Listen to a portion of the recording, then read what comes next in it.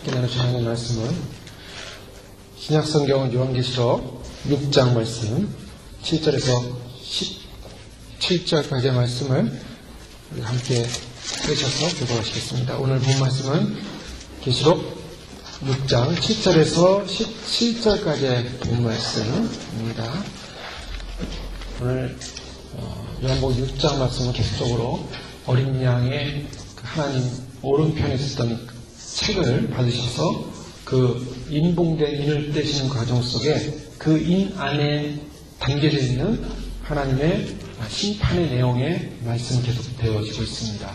이것은 마지막 때 이루어질 하나님의 역사적인 심판을 상징하고 있는 것이고, 그 심판의 모습이 바로 우리 성도들로 하여금 앞으로 이러한 하나님의 심판이 오기 때문에 우리가 그 심판을 예비하고 준비하고 대비할 수 있는 신앙으로 무장하도록 주님께서 특별히 주시는 계시의 말씀인 것입니다.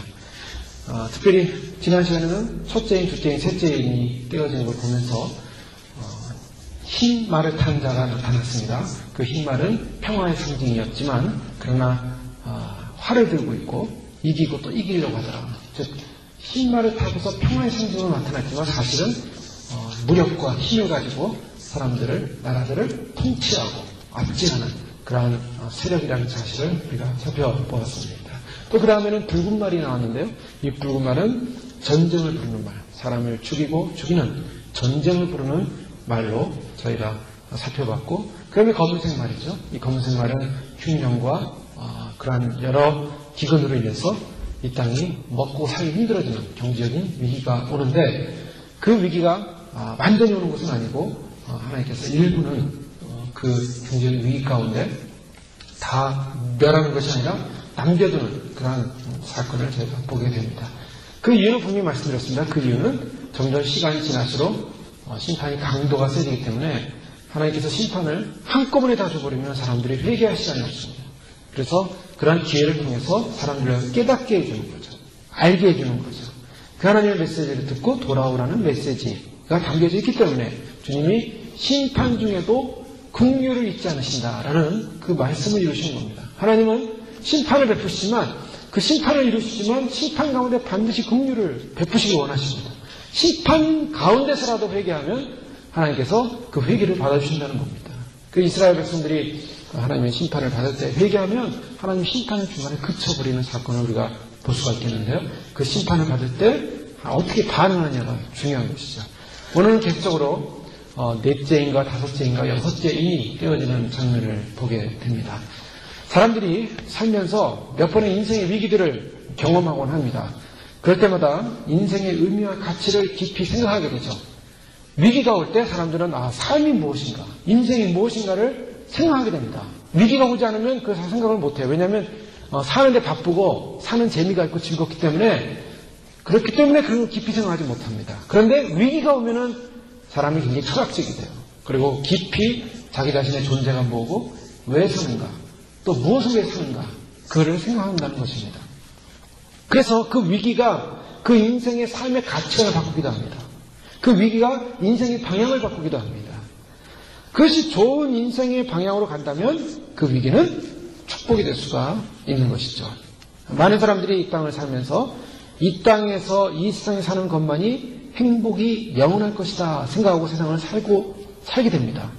그런데 세상만의 행복을 위하여 사는 사람들이 갑자기 그 세상 속에서 죽음이라는 걸 맞이하게 된다면 어떨 것 같습니까? 죽음, 즉 개인적인 종말이 온다라고 생각한다면 어떨 것 같습니까?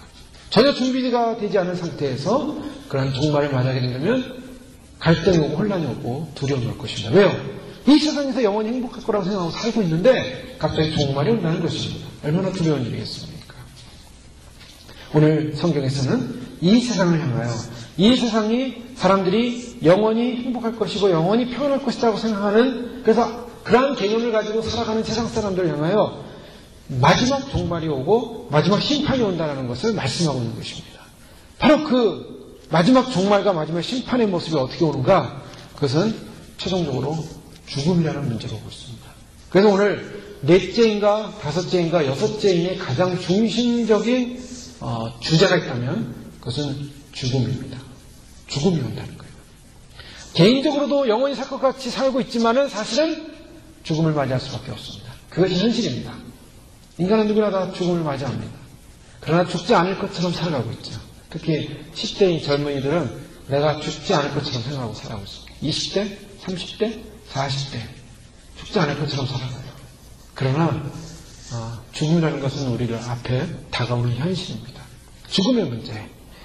자, 오늘 넷째인에서 어떤 심판의 내용이 나오고 있냐면 사람들이 생각하고 싶지 않고 인정하고 싶지 않지만은 생각할 수밖에 없고 인정할 수밖에 없는 현실입니다.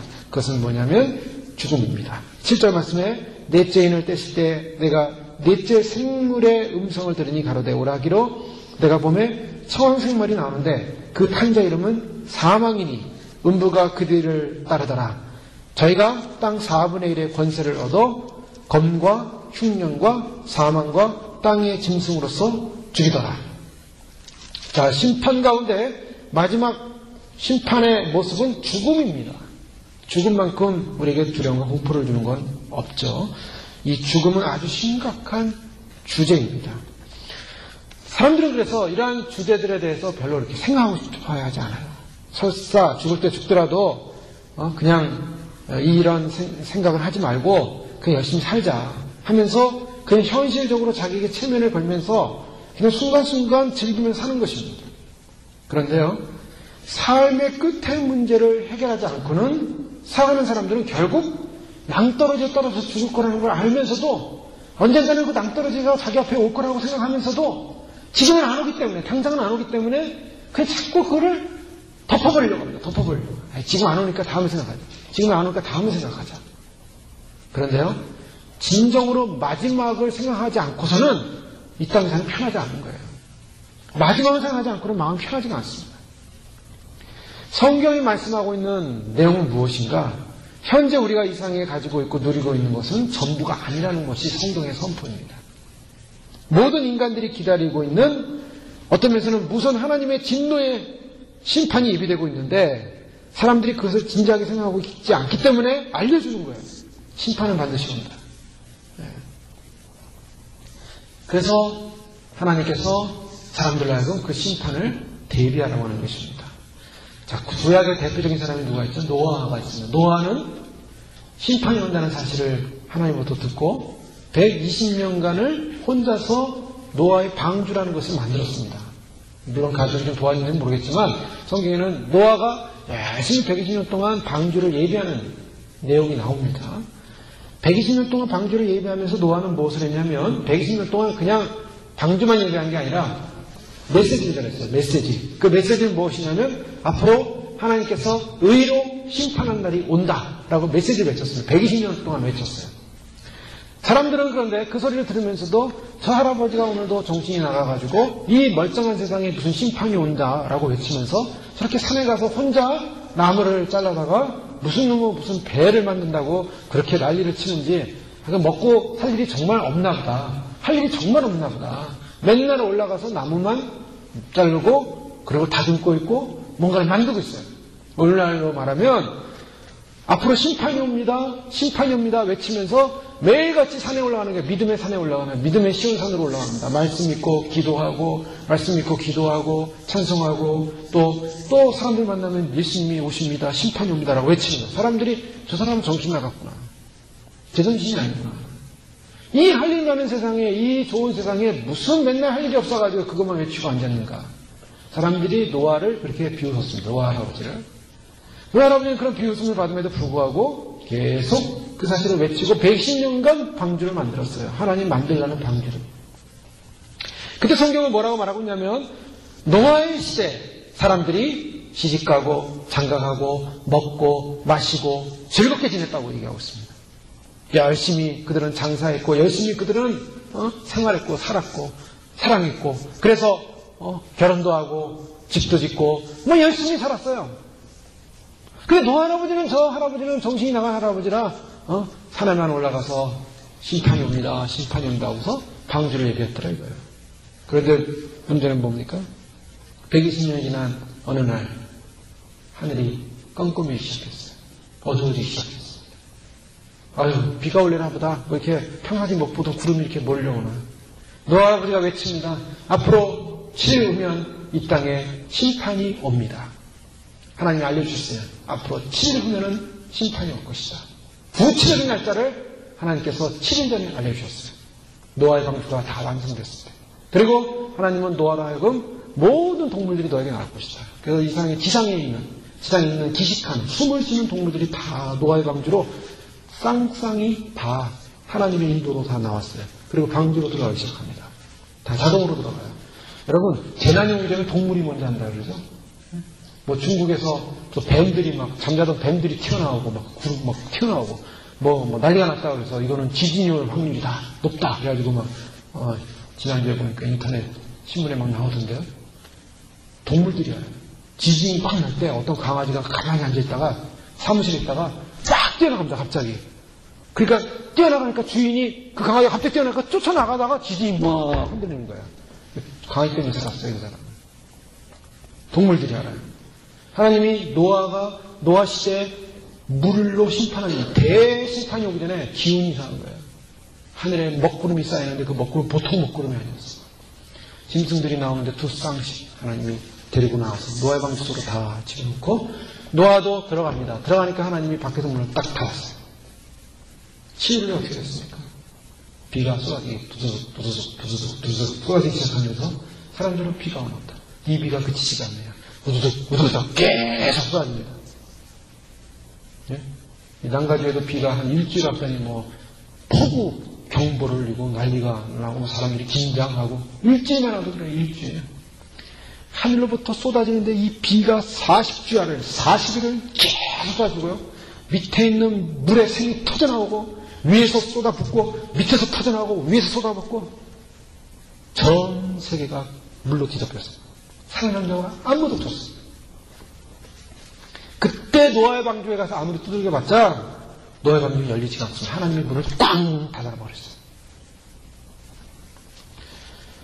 자, 심판을 대비한다는 건 바로 이런 것입니다.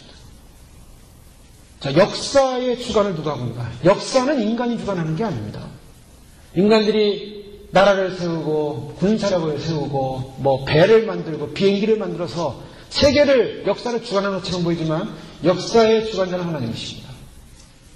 하나님이 인간들에게 계시를 하시고 말씀을 주셔서 하나님이 앞으로 역사가 어떻게 될 것인가를 알려주고 계세요. 하나님은 그 종 선지자들에게 반드시 하나님 택한 사람들을 통해서 하나님이 역사를 알려주고 계세요. 앞으로 이루어질 일을 알려주고 계세요. 반드시 알려주지 않고는 하나님이 행하지 않는다고 아모스에 말씀하고 있어요. 앞으로 일어날 일들은 반드시 알려주세요. 그래서 오늘 요한계시록을 통해서 하나님은 알려주시는 겁니다. 알려주시는 이 사실을 듣고 우리가 하나님의 메시지를 듣고 그 메시지에서 어떻게 반응하냐가 그 인생의 운명이 달린다는 거예요. 소돔과 고모라 성에 천사들이 가서 그 성을 돌아보는데 난리가 났어요. 그 천사들이 너무 예뻤나 봐요. 그래서 동성애하는 자들이 그 천사들을 보고 너무나 감동을 받아가지고 천사들 내놔라 너희 집에 들어간 그 천사 내놔라. 천사인지 모르고 그 사람 내놔라 이거죠. 그 여행객 롯이 그러지 마라. 이 사람들은 우리 집에 온 손님이다. 너네가 그러면 안 된다. 그런데 막 문을 때려 부수고 들어가서 그 천사들을 잡아가려고 할 때 천사가 확 눈을 어둡게 버렸어요. 어떻게 눈을 어둡게 했는지 모르겠어요. 빛이 확 비쳤는지 전부 장님돼 버렸어요. 앞을 보지 못하고 다 눈 참느라고 더듬고 있는데 천사가 롯을 향해서 너 가족들에게 속한 자 있으면 빨리 데리고 나가야 된다. 그래서 사이기자 갔어요. 그 사이에 막 사람들이 막 문 찾고 있는 동안에 막 장님 돼가지고 보지 못하는 사이에 사이기자 가가지고 사이들아 지금 우리 빨리 이 성을 나가야 된다. 빨리 나가자 했더니 사이들이 왜 그렇습니까? 이 성이 이제 유황 불에 망한다. 그러니까 에휴 장인어른이 정신이 나갔지. 아무리 신앙이 좋아도 그렇지. 그 장인어른이 뭔가 장을 헛개비를 보고 그러는 거죠. 그러고서 듣질 않아요. 아니다. 지금 우리 집에 천사 왔는데 나가야 된다. 나가자 했더니 장인어른 나가시켜 나가요. 장인어른. 그래서 할 수 없이 시간이 없이 막 지체하고 있으니까 천사가 시간이 없다는 걸 알고 있었어요. 왜냐? 그들이 나가야 구원을 하기 때문에. 그래서 롯의 손을 딱 잡고 천사들이 롯의 손을 딱 잡고 딸 둘 손을 딱 잡고 빨리 나가자! 그래서 막 달려나가기 시작하는 거예요. 천사들이 데리고 나왔어요. 롯이 미정적하는 거예요. 아이고, 저 사이를 데려와야 되고, 여기 짐은 어떡하고, 이거 어떡하고, 이거 어떡하고. 막 걱정이 많은데, 천사들이 딱 잡고 아무것도 못 가져가요. 막 나오면서, 소돔성을 딱 나올 때, 뒤 돌아보면 안 된다. 뒤 돌아보지 마라. 천사가 알려줬어요. 나오는데, 롯의 처는 이게 무슨 날벼락이냐, 왜 나가야 되냐 하면서 막 끌려 나오다가, 아이고, 아까워 죽겠네. 그동안 저기 돌아보는 순간에, 유황불이 떨어지는 걸 봤어요. 하나님의 심판을 봤어요. 유황불이 뒤에서 막 떨어지기 시작했거든요. 불이. 그래서 성이 망하는구나. 내 집이 망하는구나. 돌아보는 순간에 성기둥이 되어버렸어요. 롯과 두 딸만 살았어요. 다 죽고 소돔성에 있는 사람들. 그게 심판이에요. 하나님이 하나님의 메시지를 주는데 그 메시지를 왜 주시는가? 첫 번째, 그것은 택한 받은 백성을 살리기 위해서 주십니다. 구원받은 백성을 살리기 위해서 주십니다.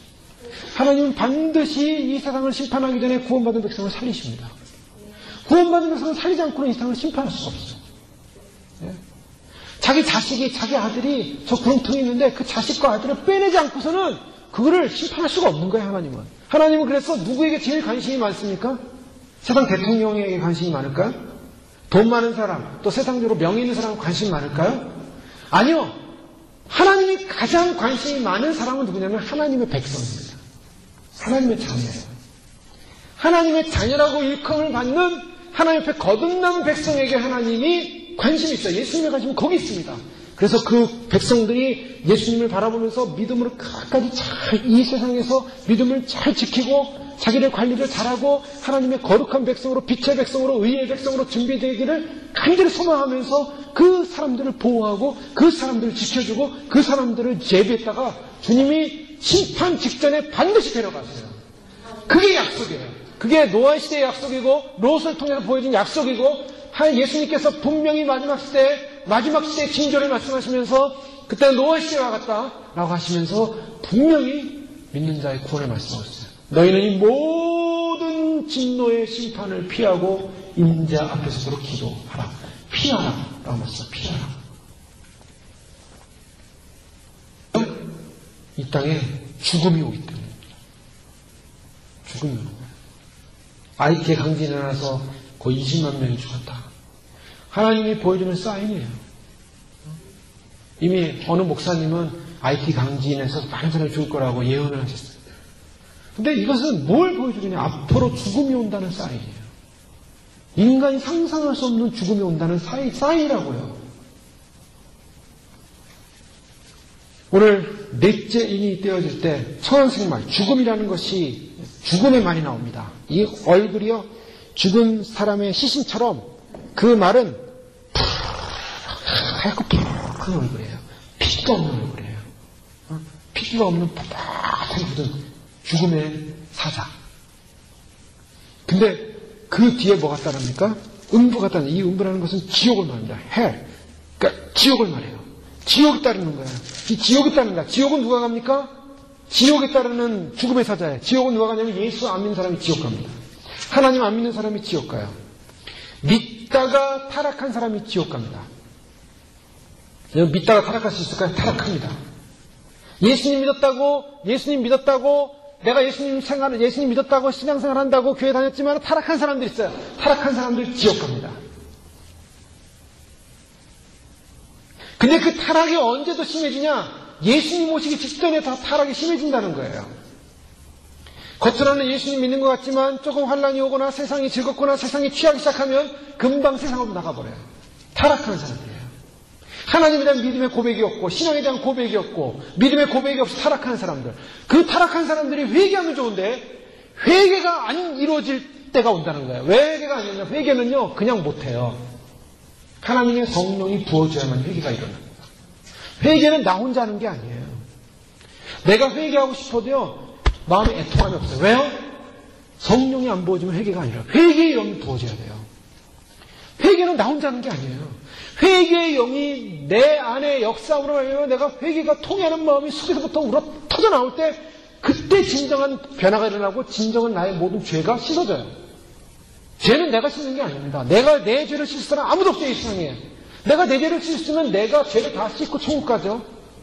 왜 예수님을 믿습니까? 내 스스로가 죄를 씻은 사람 이상이 없어요.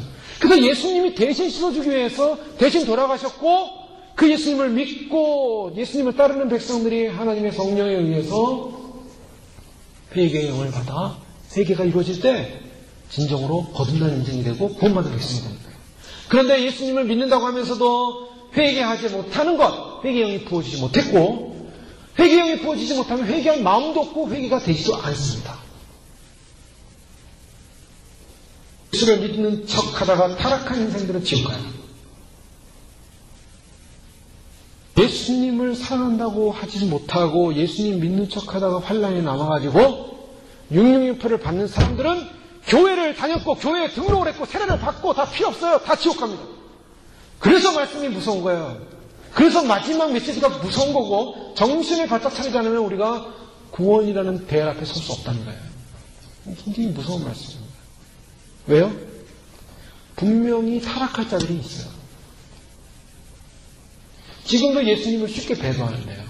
지금도 보십시오. 신앙생활 하다가 예수님에 대해서 쉽게 배도하는 사람이 얼마나 많습니까? 많아요. 예수님을 믿는 척하고 살아가지만 사실은 자기를 믿고 자기를 의지하고 예수님을 나의 주님으로 모시지 못하고 세상을 주님으로 모시고 돈을 주님으로 모시고 명예를 주님으로 모시고 그냥 주님이 나를 사랑하시니까. 그런 사람들이 늘 하는 말이 그래요. 주님이 나를 사랑하시니까. 그때 하나님은 사랑을 자기의 합리화를 해서 하나님의 사랑을 싹 끌어들이고 자기 멋대로 살아갑니다. 자기 뜻대로 살아가요. 자기 하고 싶은 대로 살아가요. 구원받은 백성이 아니에요.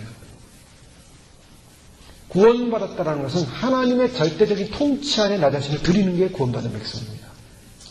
하나님의 인지 안에 나 자신을 드리는 것이고 하나님의 말씀 앞에 내가 순종하는 것이고 하나님의 뜻을 따라 행하는 것이 순종하고 구원받는 백성이에요. 여러분 생명의 삶 통해서 요즘 요한복음 말씀 통해 예수님이 하시는 말씀 보면 알잖아요. 예수님도 아버지께서 나에게 시키신 일만 한다. 보이신 것만 내가 행한다. 예수님도 철저하게 하나님에게 순종하는 분이에요. 하나님이 말씀하신 것만 행하셨다고 분명히 예수님 말씀하세요. 하나님이 하라는 것만 했어요. 예수님께서 이 땅에 오셔가지고 마지막 십자가에 들어가실 때도 아버지야 내가 세았으면 내가 죽고 싶지 않습니다. 그러나 아버지께서 원하신다면 내가 하겠습니다. 마지막에 그 겟세마네 동산에서 그 땀방울이 피를 흘리고 기도하시는 기도의 내용 속에는 자기의 원함과 아버지의 뜻 앞에서 그가 갈등하면서 기도하는 내용이 나오고 있어요. 그러나 아버지께서 원하시면 아버지의 뜻대로 이 잔을 마시겠나이다. 끝까지 기도하고 그래서 그 잔을 마셨어요. 예수님도 자기의 의지가 있었고 자신의 뜻이 있었고 자신의 마음이 있었지만 하나님의 계획과 하나님의 섭리 앞에 철저하게 복종했어요.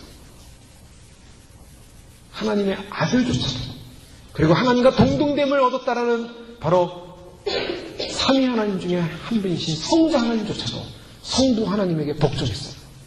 여러분 신앙이라는 건요 복종하지 않으면 가짜 신앙입니다. 그러니까 예수를 믿는다고 말하면서 예수님 말씀에 순종하지 않는 삶을 사는 사람은 거짓된 신앙자예요. 교묘하게 예수를 이용해서 자기 이권을 추구하는 인생이지 예수님 앞에 복종하지 않는 인생은 하나님에 들어갈 수가 없습니다. 예수님은 죽기까지 복종하셨어요. 죽기까지 복종하셨어요. 철저하게 예수님의 사람이 되면 예수님 말씀에 복종하는 겁니다. 철저하게 순종하는 겁니다. 내 의지, 내 생각 그거를 내려놓고 주님 앞에 무릎을 꿇을 때 그때 진정한 거듭남이 일어나는 거예요. 인간들이 하나님 앞에 나오면 무릎을 딱 꿇고 그냥 엎드리는 겁니다. 주님 앞에 이 죄인을 용서해 주시옵소서. 인간이 뭐 이렇게 대단하고 잘났고 위대하길래 뻣뻣하게 나와가지고 건방지고 교만하게 주님이여 나를 사랑하시지요. 그거 없어요. 주님의 긍휼이 아니고서는 주님의 은혜가 아니고서는 주님의 사랑이 아니고서는 주님께서 그 긍휼의 손길과 긍휼의 사랑을 베풀지 않고는 아무도 일어날 자가 없습니다. 소경이 바디메오가 다윗의 자손 예수여 나를 불쌍히 여기소서 해야만이 눈이 떠지는 거예요. 우리가 주님 앞에 섰을 때 주님 나를 불쌍히 여기소서 이게 우리 실존입니다. 누가 율법학자들이요, 바리새인들이요, 예수님 옆에 나와가지고 막 굉장히 똑똑한 것 같은데, 말도 잘하는 것 같은데, 뭐 배우진 못했지만, 그래도 너희 지식이 어디서 나왔냐? 이야, 참 대단하다. 변론했죠? 이 독사의 자식들아. 예수님이 그 자리에서 내리치셨어요. 패치한 무덤이요. 겉으로는 멀쩡하지만 속은 더러움과 죽음과 죄로 우글우글하구나. 그 교만함을 보고. 사단의 특성은 교만이거든요. 사단이 왜 타락했는가? 하나님처럼 되고 교만해졌어요. 질서를 거절했어요. 하나님의 질서 안에 머물러 있던 천사장과 천사들이 하나님을 반역했어요. 반역하는 그 순간에 사탄이 되는 겁니다. 저주받았어요. 사탄은 저주받은 존재예요. 하나님의 철저한 질서 앞에 순종하지 못하는 자는 저주받은 자예요. 그래서 하나님 나라는 돈으로도 못 가요, 부로도 못 가요, 세상 어떤 법칙으로 못 가요. 하나님의 법칙으로만 갑니다. 하나님의 법칙이 뭐예요? 예수 그리스도를 통한 질서와 그 앞에 순종과 그 앞에 주님을 예배하는 예배 백성 만이 하나님 안에 들어갈 수 있어요. 그래서 너희가 어린아이와 같이 되지 않고는 천국에 들어갈 수 없느니라. 너희가 좁은 문으로 나가지 않고는 천국에 들어갈 수 없느니라. 왜요? 그 질서 안에 들어가야 되기 때문에. 넓은 문은 뭐냐면 내 마음대로 내 뜻대로 사는 게 넓은 문이에요. 여러분 자유를 얻으면 어떻습니까? 군대에서 군인들이요, 제대하면 너무 좋아. 제대는 하면 왜? 내 마음대로 할 수 있으니까. 내 마음대로 죄 짓을 수 있어. 내 마음대로 가고 싶은 데 가죠. 내 마음대로 먹을 수 있죠. 내 마음대로 살 수 있어요. 그래서 그걸 기대하는 거예요. 군대에서 주어진 일대로 하려면 얼마나 힘들어요. 6시에 일어나서 조회해야죠. 뛰어야죠. 그 다음에 뭐 청소해야죠. 훈련 받아야죠. 미친 거야. 이거 빨리 졸업했으면 좋겠다. 빨리 제대했으면 좋겠다. 아이를 원하죠. 근데 성경에서 뭐라고 하느냐. 하나님의 말씀의 진리 안에, 율법 안에, 하나님의 사랑 안에 머물러 있으면요, 그것이 자유예요. 예수 그리스도 안에 머물러 있는 것이 진정한 자유고, 예수님을 떠나는 것이 진정한 자유가 아니라 그것은 속박이에요. 죄의 종로를 타는 거예요. 죄의 종로를 타는 것은 즐거워 보여요. 왜요? 자기 맘대로 하는 것 같으니까. 그러나 그것은 지옥으로 가는 지옥행 길입니다. 하나님 말씀을 잘 듣고 그 질서대로 살면은 영원한 빛의 생명으로 들어가는데, 그 빛의 생명을 거부하고 자기 뜻대로 걸어가는 것, 그게 넓은 길이에요. 넓은 길은 누구나 가는 길이에요. 그래서 지옥문은 넓습니다. 지옥문은요, 이 세상 사람들을 다 집어넣고도 넓어요. 넓어. 천국문은 좁아요. 그래서 찾는 이가 없고 들어가는 사람이 작다라고 얘기하고 있어요. 왜요? 하나님의 질서 안에 머물러야 되기 때문에. 인간의 삶 가운데 가장 무서운 것이 죽음입니다. 그런데 이 죽음이라는 것이 역사적으로 온다는 겁니다. 근데 오늘 네 번째 예에서는 이 죽음이 올 때 분명한 것은 음부가 따르다, 지옥이 따르더라. 즉 예수 믿지 않는 사람들이 수없이 죽어가는 사건이 벌어지는데, 땅의 4분의 1의 권세만을 이 죽음의 사자가 받습니다. 죽음의 사자가 직접적으로 와가지고 사람들을 데려가는데, 이 죽음의 사자가 땅의 4분의 1 사람들만 데려간다는 거예요. 아직까지 기회가 있어요. 4분의 3은. 4분의 1이 누가 될지 모르죠. 그러나 음부로 들어가는 걸로 봐서는 믿지 않는 자들의 4분의 1이 죽어갑니다. 믿지 않는 자들의 4분의 1이 죽는다는 거예요. 지옥의 권세가 따르고 있어요. 하나님의 심판을 말하고 있어요. 칼로 사람을 죽이더라 라고 말하고 있어요. 여기 뭐라고 나옵니까? 검이 나와요. 전쟁으로 사람이 죽는 거예요. 흉년이 나옵니다. 이 기근이 온다는 거예요. 흉년. 기근이 온다는 거죠. 농사 짓는 사람들이 태양이 제대로 빛을 안 비춰주면 어떻게 농사가 되겠습니까? 태양이 하나님 빛을 제대로 비춰주니까 농사가 되니까 그거 열매 얻어가지고 팔고서 장사하는 거 아니에요? 그런데 태양이 빛을 제대로 안 비춰주면은 흉년이 오는 거예요. 하나님 마지막 때 징계 가운데 한 가지가 흉년입니다. 흉년이에요. 반드시 흉년이 와요. 기근이 와요. 그래서 요셉은 어떻게 했습니까? 예굽의 총리였던 요셉은 7년 동안 풍년이 오다가 7년간 흉년이 올 걸 알고 미리 대비했잖아요. 요셉이 지혜로운 사람이에요. 우리는 요셉과 같은 지혜가 필요해요. 그렇다고 지금 뭐 통조림 사다가 싸놓으라는 게 아니라, 흉년이 온다라는 개념은 뭐냐면 앞으로 이 땅에 하나님이 무시무시한 인간이 상상할 수 없는 기근과 고통이 온다는 거예요. 신앙으로 준비하라는 거예요. 사망과 땅의 짐승으로서 죽이더라. 이 말씀을 들을 때마다 마음이 무거울지 모르겠습니다. 주일날만 가면 계시록이니까 오늘도 심판의 메시지를 듣겠구나. 들으면서도 뭐 이렇게 반갑고 즐거운 건 아니겠죠. 듣는 성도님들도 다 마찬가지 그런 사람들. 그러나 들어야 됩니다. 그러나 우리가 생각을 해야 돼요. 왜요? 건강하고 기회에 있었고 하나님이 은총 주실 때 우리는 마지막을 생각해야 돼요. 마지막을 생각하면서 준비를 해야 돼요. 그게 지혜론자입니다. 캡세라세라 지금 좋으니까 지금 잘 살다 그러다 멸망이 호련히 많은 거예요. 멸망이 갑자기 많은 거예요. 예수님이 갑자기 오시면 그때는 끝내는 거예요.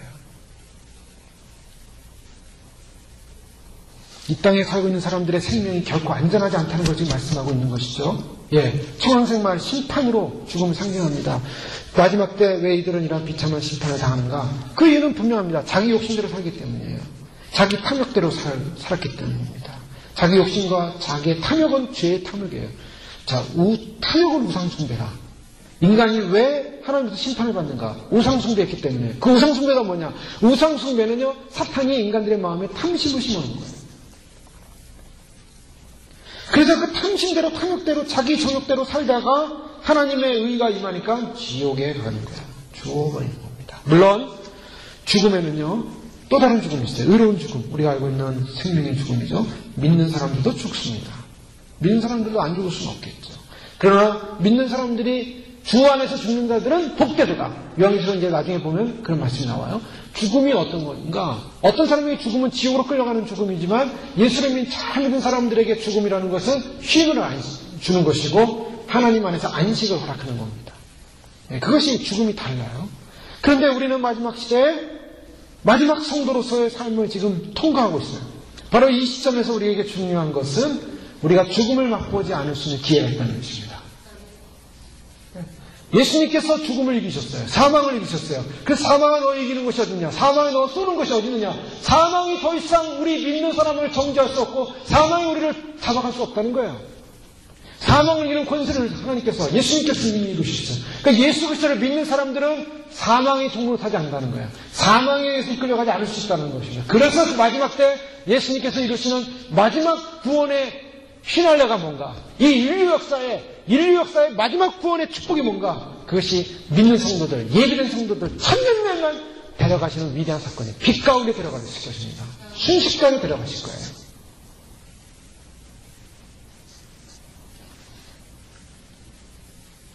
이미 모든 구원의 하이라이트를 거기다 지금 포커스를 두고 계신 거예요.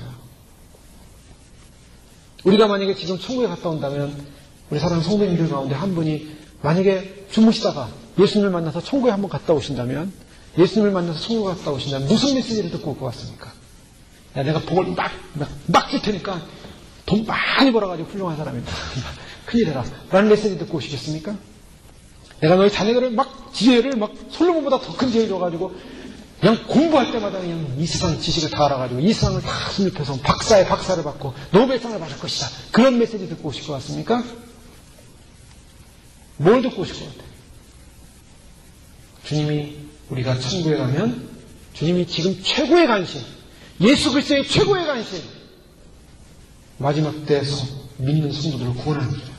그럼 마지막 때 믿는 성도들의 구원의 최고의 하이라이트는 뭔가? 그것은 예수님이 택한 백성들을 데리고 올라가시는 작업이에요. 휴겁니다. 그리고 예수님이 공중에 오시신 거고, 그리고 공중에 있는 모든 사단의 권세들을 장악해서 지상으로 내어쫓고 마지막 하나님의 심판의 도구로 사용하시다가 다 잡아서 무적행에 집어넣는 사건이 이 마지막 사건이에요. 다섯째 인을 뗄 때 순교자들이 나옵니다. 9절에 보면 다섯째 인을 떼실 때 내가 보니 하나님의 말씀과 저의 가진 증거를 인하여 죽임을 당한 영혼들이 제단 아래에 있어 큰 소리로 불러가로되 거룩하고 참되신 대주제여 땅에 구하는 자들을 심판하여 우리 피를 신원하여 주지 아니하시기를 어느 때까지 하시려나이까 하니 각각 저에게 흰 두루마리를 주시며 가라사대 아직 잠시 동안 쉬되 저희 동무 종들과 형제들도 자기처럼 죽임을 받아 그 수가 차기까지 하랴 하시더라. 이 다섯째 인 때는 어떤 사건이 벌어졌냐면 이거는 심판을 위한 중보기도가 나오고 있죠. 자, 이 심판은 그럼 뭘 말하고 있는가? 예수 안 믿는 사람에 대한 심판이고 예수 믿는 사람들을 힘들게 했던 자들에 대한 심판이 보복입니다. 여러분 우리가 이 세상을 살면서 때로는요 참 믿는다는 것이 어려워요. 초대교회 당시에는 예수를 믿는다는 그 이유 하나만으로도 그들은 원형 경기장에 끌려가서 짐승에게 몸이 찢겨서 죽든가 아니면은 화형에 처해졌습니다. 그래서 많은 순교자들이 생겼어요. 많은 순교자들이 생겨서 많은 순교자들이 죽임을 당했습니다. 근데 그 순교자들이 죽임을 당해서 주님 보호자 있는 데서 그들이 뭘 외치냐면 우리들의 피, 우리들이 이렇게 죽임당한 이 억울함을 해결해 주십시오. 그 죽임당한 사람들은 어떤 사람들이겠습니까? 제 운명을 못 사는 사람들이에요. 제 운명을 못 살고서 살해당한 거예요, 사실은. 네로에서 살해당했고 기독교인들 핍박하는 자들이 살해당했어요. 여러분, 내가 만약에 살해당했다고 생각해보세요. 내가 억울하겠습니까? 안 억울하겠습니까? 무슨 드라마들 보면은 살해당한 사람들 범인 잡느라고 막 그 애를 쓰는 경찰관이 나오잖아요? 왜요? 죽은 자, 망자의 한을 풀어주려고 그러는 거예요. 그냥 살해당한 사람들은 억울한 거예요. 그런데 이 왜 살해당했는가? 예수를 믿는다는 그 이유 하나만으로도 살해당했습니다. 그들은 참으로 다른 죄가 없어요. 예수님 믿기 때문에, 우상숭배를 거절했기 때문에 그걸로 인해서 죽임을 당했어요. 예수님 같은 경우에는 어떻습니까? 예수님 같은 경우는 좀 아무 죄도 없었어요. 그런데 하나님 나라를 증거했다는 그 이유 하나로 병자를 살리고 죽은 자를 살리고 병자를 고치고 죄인들을 사랑한 그 죄로 인해서 죽임을 당했어요. 넷째 인봉 때는 인간들의 죄와 교만으로 인해서 그 심판이 임했다면 다섯째인 때는 정말 영적 전쟁의 믿음으로 살다가 고통당하고 죽임당한 사람들에 대한 그 사람들이 그 죽음에 대해서 하나님께 고통을 호소하면서 하나님의 심판을 요청하는 그런 중보인이라고 할 수가 있습니다. 사탄이 강력하게 사람들을 잡는 것이 뭐라고 했습니까? 교만이라고 했습니다.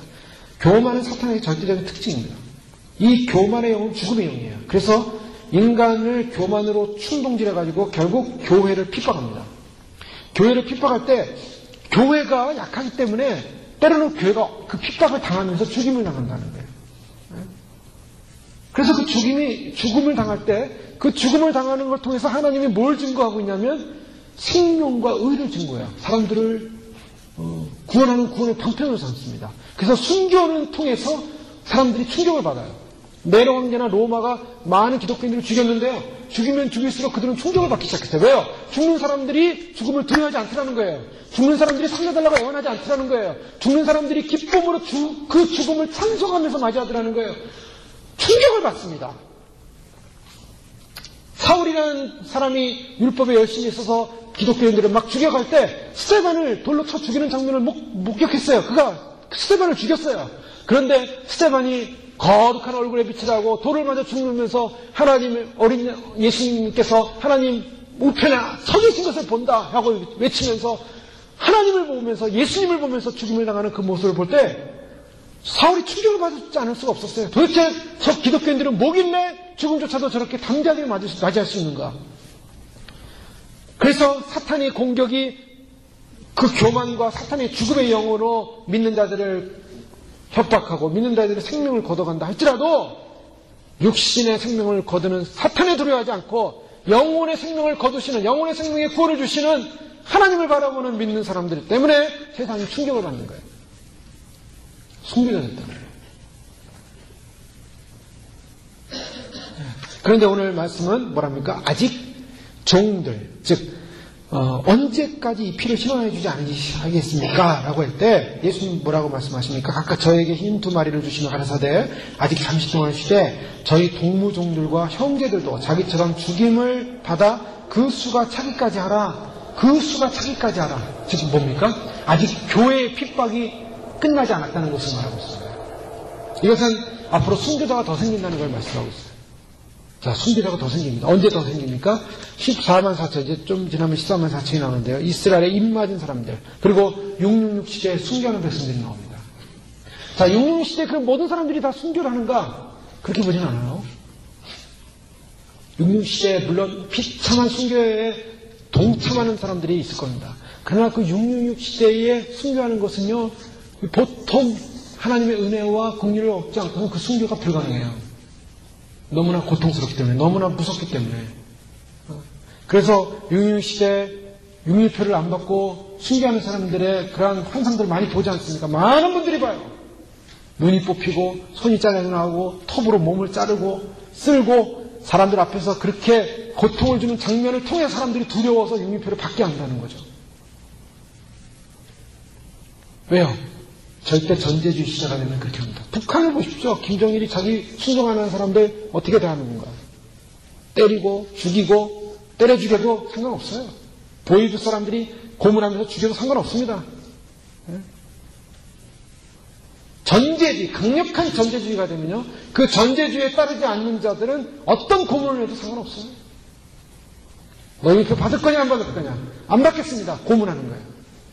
그 고문을 견디고서 내가 끝까지 안 받을 사람이 몇 명이나 되겠냐는 거예요. 그런데 그런 전제주의 사회 속에서 끝까지 융의표를 안 받고 마귀의 표를 안 받고 사단의 표를 안 받고 유혹되지 않고 끝까지 거부하는 사람들이 생겨서 숭배하는 사람들이 생긴다는 거예요. 순교자들. 근데 저희가 이런 개념이 있습니다. 순교자는 어떤 분들인가? 일단 이 마지막 시대는 세 종류의 사명자로 구분이 됩니다. 첫째는 휴거자입니다. 첫 번째 천년민 휴거자를 예수님이 데려갔어요. 그 다음에 이 지상에 남는 교회들 가운데 끝까지 믿음을 지키고 휴거가 일어나는 사건을 통해서 회개하는 사건이 일어납니다. 아, 정말 휴거가 일어났구나. 내가 깨어있지 못하고 기도하지 못했기 때문에 내가 휴거되지 못했구나. 내가 낙오됐구나. 그때 진정으로 교회가 전체적인 회개가 일어나고 영적인 그런 회개가 일어날 거예요. 그러면서 그들은 그 다음 단계는 뭐냐? 끝까지 믿음을 지켜야 돼요. 적고 있어 시대 가운데. 교회의 휴거가 일어나자마자 곧 등장할 게 적고 있어요. 적그리스도는 교회의 휴거가 일어나기 전에 절대로 전면으로 나타나지 않습니다. 지금 전면으로 안 나타났어요. 적그리스도가. 그러나 활동하고 있어요. 근데 교회의 휴거가 반드시 일어나면 적그리스도가 등장합니다. 전 세계 리더자로 등장해요. 미국도, 한국도, 일본도, 어떤 나라들도 그 리더십을 따라야 되는 그러한 강력한 리더십 체제가 생겨납니다. 성경에 나온 분명한 말씀이에요. 그래서 그자가 전 세계의 리더자를 장악해요. 그래서 어떻게 합니까? 그 적그리스도에 의해서 통제받는 시대에 적그리스도가 세상 사람들을 통제하는 시스템이 육류의 시스템이라는 거예요. 베리치, 우리 잘 알잖아요. 이미 한국 뉴스에서도 이미 KBS 뉴스에서도 이제는 베리치 받는 거 자연스럽게 사람들에게 이렇게 홍보하고 있고 알리고 있고 이제는 슬슬 이제 사람들에게 자연스러워요, 자연스러워. 그런데 중요한 것은 그런 통제 시스템 가운데서 끝까지 믿음을 지켜서 하나님에 대한 믿음의 고백을 하고 마귀의 표인 저 융의표를 받지 않겠다고 고백하는 사람들 중에 순교자가 생긴다는 거예요. 그 순교자들은 누군가? 자, 휴거자 다음에 순교자가 생깁니다. 순교자가 다 차야 돼요. 순교자들이 죽을 거예요. 수많은 사람들이 순교를 합니다. 근데 그 순교자들은요, 보통 자기 힘으로 순교하기 힘들어요. 그래서 그 순교자에게는 하나님의 성령이 함께 하셔서 마지막 고통을 제하신다고 말씀하고 있어요. 죽기 직전의 마지막 고통을 제하지 않고는 순교를 할 수 없다는 거예요. 영화 같은 데서 보면 사람들 잡아가지고 정보요원들 잡아서 막 고문하면은 나중에 어떡합니까? 나중에는 불어요. 거짓이라도 불어요. 너 간첩이지? 간첩이라면서 계속 고문하면 간첩 아니라고 하다가 나중에는 나 간첩이야, 간첩. 너 무슨 간첩이야? 내가 무슨 간첩이다 할 테니까 말하라고. 그러면 말하는 대로 간첩 진술해서 쓰는 거예요. 고문이 심해지면. 그래서 하나님께서 순교자는 크게 순교할 수 있도록 도우신다, 마지막에. 그래서 도우신다고 그랬어요. 근데 그 순교자들은요, 2차적으로 이렇게 보시면 돼요. 휴거 대열에 서지 못한 사람들이 순교자로 될 수가 있어요. 휴거자는 장성한답니다. 휴거자는 신부예요. 그 반열이 달라요. 휴거자는 그리스도의 신부로 휴거가 됩니다. 그래서 예복을 입고 세마포를 입고 예복을 입고 휴거자가 돼서 신부가 되어 그리스도의 신부로서 올라가기 때문에 장성해야 되는 거예요. 영이 장성해야 돼요. 그래서 휴거자의 대부분은 어린 영이라고 했어요. 어린 영. 예수를 믿긴 믿는데 순수해요. 그러나 영이 크지 못했어요. 그런데 예수님을 믿긴 믿어요. 그래서 믿음에 대한 정절은 지켜요.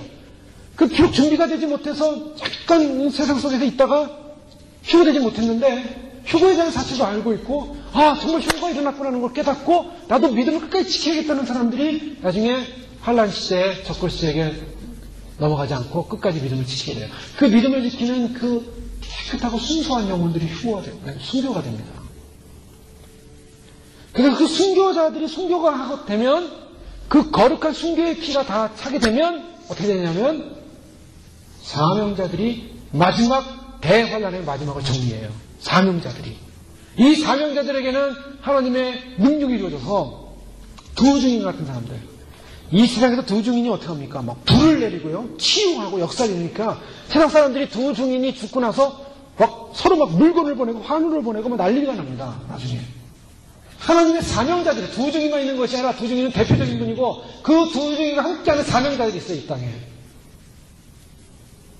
그래서 마지막 하나님의 심판을 정리하는 작업을 하게 돼요. 그런데 그 사명자들이 사명하기 전에는 반드시 순교의 역사가 끝나야 됩니다. 그래서 7 나팔까지는 순교 역사가 다 끝나는 거예요. 7 나팔까지는 순교 역사가 다 끝나고 다음 7 대접재앙이 떨어질 때는 그때는 이 땅에 예수 믿는 사람들은 이제 구원받을 사람은 다 구원이 끝나는 상태예요. 무슨 말씀인지 아십니까? 구원이 다 끝나고 대접재앙 때는 예수 없는 사람들 다 이제는 징계하기 시작해요. 육류표 받은 사람들 이제 병이 나고 종기가 나고 그래서 막 죽을 병이 걸리고 그리고 죽고 그 사람들 다 이제 무적행으로 끌려 들어가는 거예요. 용, 사탄, 적그리스도 다 장악합니다. 다 잡아요. 마지막 아메리칸 정전을 통해서 온 세계 사람들이 그리스도를 대적하기 위해서 모일 때 그리스도가 지상진행하면서 다 세상에 악한 예수를 안 믿고 전부 육류표 받는 사람들 잡아가지고 정리합니다. 마지막 영광스러운 계시록의 마지막이에요. 그리고 이 땅 가운데 이제는 죄가 없는 사탄이 없는 죽음이 없는 예수 그리스도의 통치의 세계 천년왕국이 이 지상에서 이루어지는 거예요. 천년 동안. 그리고 백보자 심판 다음에 새하늘과 새 땅이 임함으로 새 예루살렘이 임함으로 영원한 새 세계로 들어갑니다. 이 하나님의 완전한 구원 계획이에요. 지금. 여러분들 이 구원 계획의 첫 출발이 어디서부터 시작되냐면 휴거부터 시작합니다.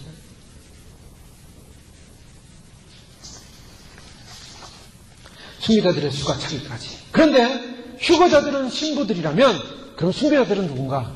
순교자들은 친구입니다. 친구가 아니에요.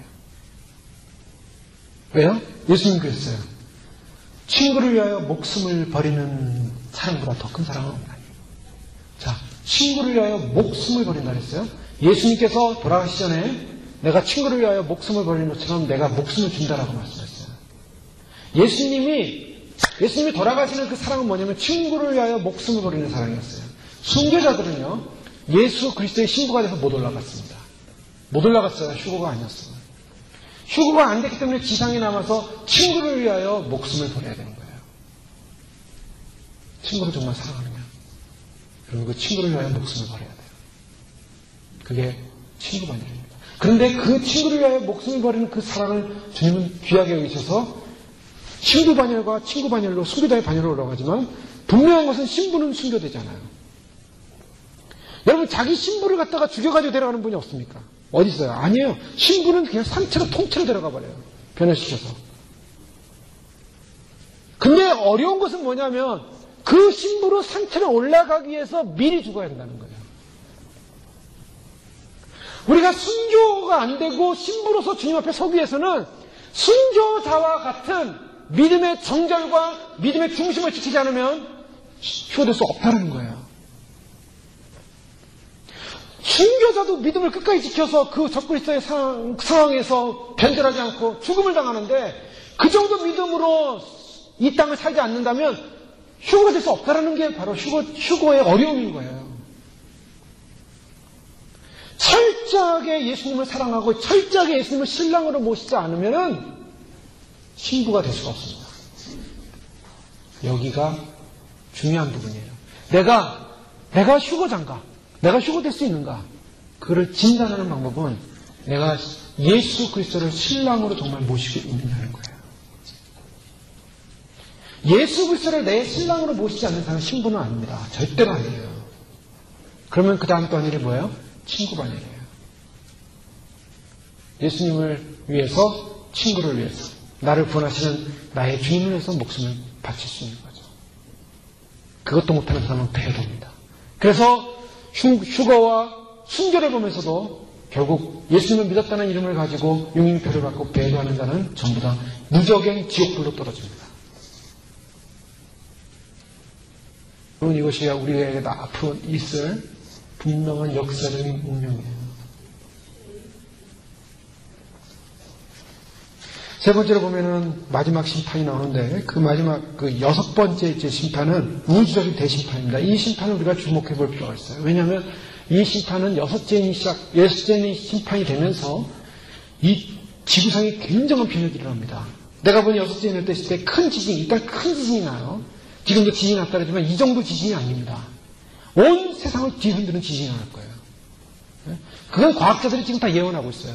지금 밑에 있는 마그마가 다 돌면서 지금 지각 판도가 지금 바뀌고 준비하고 있고 이제 어마어마한 지진들이 온다는 걸 예언하고 있는데 이게 환란 시대에 휴거가 일어나기 직전과 직후를 전후해서 어마어마한 지진이 일어날 확률이 높아요. 왜냐하면 예수님께서 부활하실 때 지진이 일어났거든요. 예수님께서 부활하실 때 지진이 일어나서 죽은 자가 막 살아났어요. 주님께서 이 여섯째 인을 주목해 보셔야 되는데 큰 지진이 난다는 건 뭔가 굉장히 중요한 사건을 말씀하고 있어요. 해가 빛을 잃어요. 온 달이 피같이 되고 하늘의 별들이 무화과 대풍에 떨어진 것처럼 하늘에 저 별들이 떨어지신다는 거예요. 여러분 생각해 보세요. 저 우주가 하나님의 권능으로 지금 붙들고 있는데 저 우주의 시스템이 무너진다는 거예요. 질서가 무너진다는 거예요. 제가 말씀드렸죠? 영계의 질서가 무너지면 반드시 물질계의 질서가 일어납니다. 영적인 문제가 생기면요 물질계의 문제가 생겨요. 물론 100% 그거를 주님께서 영계의 문제를 100%로 딱 이렇게 하기는 어렵지만은 그러나 분명한 것은 이 물질계에서 일어나는 사건들은 분명히 영계의 상황을 말해요. 그래서 하늘에 별들이 떨어져요. 자, 별들이 떨어지는데 땅에 떨어진다고 그랬어요. 13절에 땅에 떨어진다. 즉, 이 지구상에 어마어마한 별들이 떨어진다는 거예요. 지금 나사가 계속 추진하면서 지금 무슨 별이 지금 오고 있는데 그 누비르라는 별 말고요. 또 조그만 행성, 소행성들이에요. 지금도 별들이 가끔 떨어져요. 떨어지는데 지금 이 100m, 직경 100m 되는 별들이 떨어지면 어마어마한 충격이 온답니다. 지구상에. 그래서 나사가 그 별들이 오는 거를 지금 막기 위해서 중간에다가 우주구 정거장에다가 레이저 빔을 쏴가지고 별들의 궤도를 바꾸려고 하고 있어요. 근데 그거는 바꾸려는 나사의 의도일 뿐이지 아무것도 지금 시행하지 못하고 있다 그래서 지난주에 신문에 나온 게 있어요. 앞으로 이 지구상에 별들이 쏟아지면 인간이 힘으로 막을 수가 없어요. 하늘은 조기축이 말리는 것이 떠나가고 각 산과 섬이 제자리에서 옮겨요. 자, 생각해 보시죠. 산과 섬이 제자리에서 옮긴다는 것은 이 지각판이 바뀐다는 겁니다. 이때 15절에 보십시오. 땅의 임금들과 왕족들과 장군들과 부자들과 여기는 강한 자들이에요. 세상을 다스리는 통치하는 사람들이에요. 임금, 왕, 장군들, 부자들, 강한 자들 그리고 각종 자주자가 굴과 산바위에 숨어서 뭐랍니까? 산과 바위에 이르되 우리 위에 떨어져 보호자에 앉으신 이의 낮에서 어린 양의 진노에서 우리를 갈리라. 즉 자기에 떨어져 자기들을 죽이라는 거예요. 우리가 어린 양의 진노에 죽으면 더 무서우니까 아예 우리를 죽여라.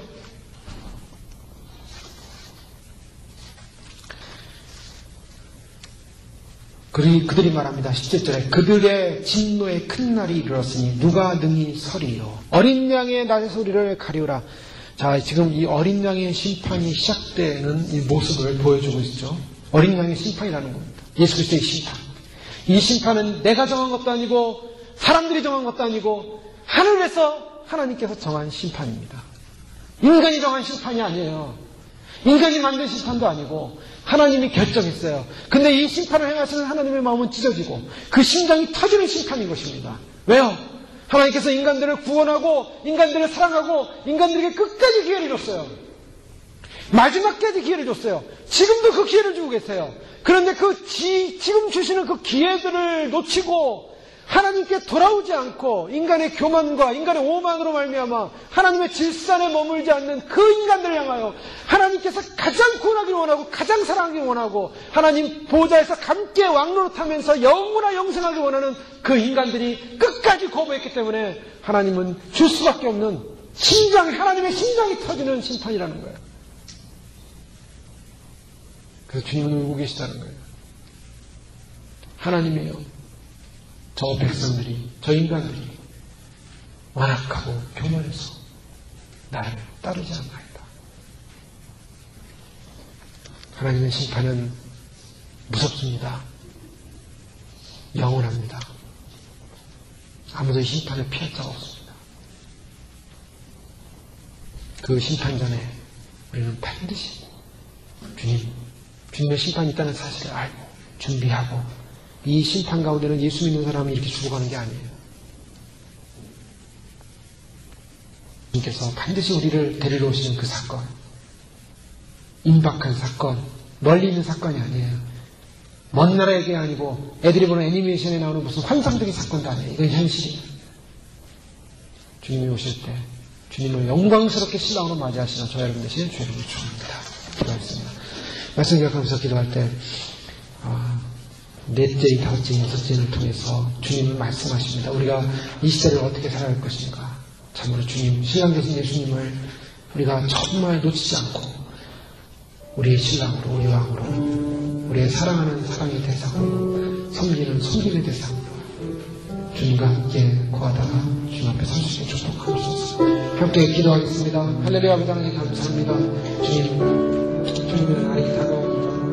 아버지, 아무리 외치고 아무리 알려드리고 사람들은 이해하지 못하고 알지 못하고, 아버지 참으로 주님의 그 사랑을 외면하고, 아버지 하나님 참으로 이 시대 많은 교회들이 아버지 하나님이여 주님의 오심을 얘기하지 못하고, 많은 성도들이 예수님이 오시는 이 소식을 듣지 못하고, 주님이여 이제는 사람들이 잠들고 있고, 이제는 사람들이 아버지의 오심에 관심이 없고, 아버지의 사랑에 관심이 없고, 아버지 이 세상 속에서 영원히 살 것이라고 살아가고 있는 그런 모습을 보면서 주님이 울고 계시고, 주님이 아파하고 계시고, 주님께서 참으로 주님 오시는 예배하는 백성들이 없음을 보시고 통탄하며 눈물을 흘리시는 아버지 그런 시대에 우리는 살고 있습니다. 주님이 오실 때 주님의 마지막 심판이 있어가기 전에 우리 모두가 이제 그날에 반드시 살림받는 은혜가 있게 하시고, 반드시 주님이 천년배로 보내시는 휴거의 신부의 반열에서는 은혜를 더하여 주시고, 주여 예비되고 준비된 백성들마다 하나님 참으로 주의 영광을 위하여 주의 나라를 위하여 아버지 주 앞에 산채로 들림받아 주 앞에 설 수 있게 축복하시고, 주님 영적으로 깨어 준비하옵나이다. 주님 끝까지 믿음 안에서, 끝까지 사명 안에서, 끝까지 말씀 안에서 찬송과 경배와 소감을 놓치지 않는 저희들의 인생으로 축복하여 주시옵소서. 하나님을 감사합니다. 존귀하신 주님 감사합니다. 주님이 마지막 계시록을 알리실 때는 참으로 인간들을 향하여, 하나님의 백성들을 향하여, 선택한 하나님의 사람들을 향하여 이 세상에 임하실 하나님의 진노의 심판이 얼마나 고통스럽고 눈물나고 아픈 그런 심판일지 주님이 미리 보여주고 계시면 그 뜻에는 분명히 우리로 하여금 이 심판을 당하지 않고 반드시 깨어 대비하다가 주님 오시는 날 주의 천열매인 주의 신부가 되어 어린 양의 혼잔치에 참여하는 아버지 신랑을 맞이하는 신부들이라고 주님이 말씀하신 줄 믿습니다. 우리 교회에 이 말씀을 주셔서 감사합니다. 주님, 저희가 깨어 준비하여 반드시 신부로 주 앞에 들림받아 설 수 있도록 저희의 휴거에 인을 치시고 영을 부으시고 하나님 영광을 보게 하여 주시옵소서. 주님, 그래서 이 마지막 시대를 참으로 믿음으로 깨어 선포하게 하시고 예비하게 하시고 준비하게 하시고 주님을 사랑하는 그 사랑으로 승리할 수 있도록 저희를 붙들어 주시옵소서. 감사의 영광을 주께 올려드리며 예수님의 이름으로 기도하옵나이다.